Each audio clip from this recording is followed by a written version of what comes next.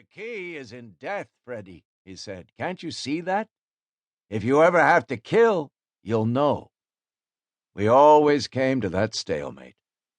When that happened, Wacky would lead me to the door, shake my hand warmly, and retire back to his living room to drink and write poetry, leaving me, Frederick Upton Underhill, 26-year-old outsized crew-cut cop, on his doorstep, contemplating nightfall and neon, and what I could do about it in what I would later know to be the last season of my youth.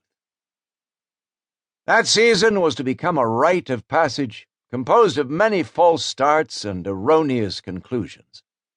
I was to blunder love and call it many different things. I was to savor the amenities of life on the make and feel last surges of callow power. I was, finally, to kill and conclusively disprove Wacky's thesis. For even with hero's blood on my hands and laurels at my feet, the wonder, in its ultimate state, eluded me like a beacon whose light remained fixed, while the turbulent waters around it constantly shifted in death and self-renewal. It was those waters that grabbed me and gave me, many years later, my salvation.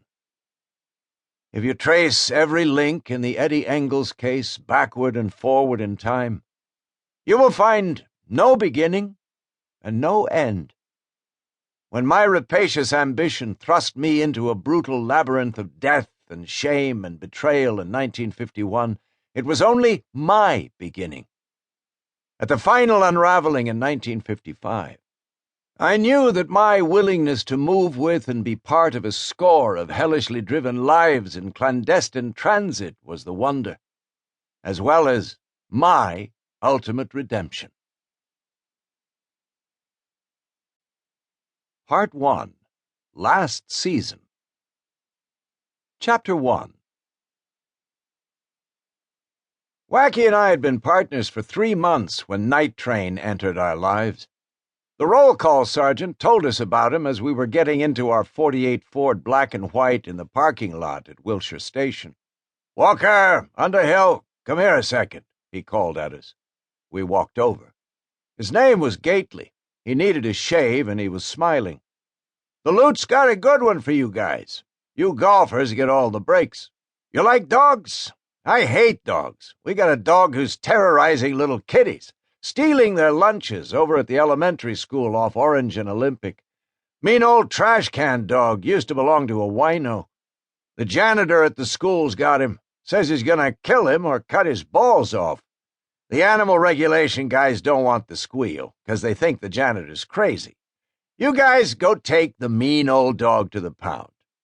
Don't shoot it, 'cause there's all kinds of little kiddies might get upset. You golf guys get all the breaks."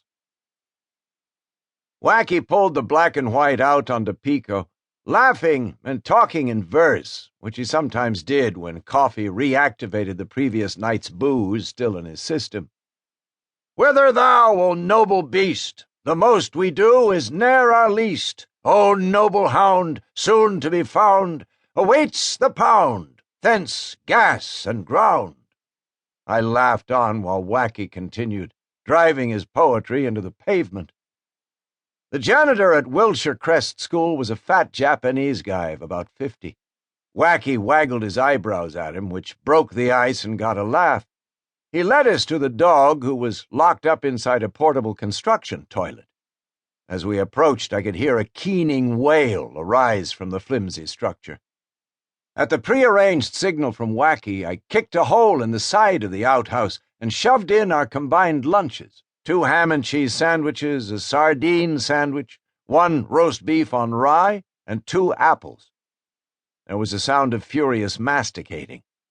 I threw open the door, glimpsed a dark furry shape with glittering sharp teeth, and slugged it full force right in the chops. It collapsed, spitting out some ham sandwich in the process. Wacky dragged the dog out.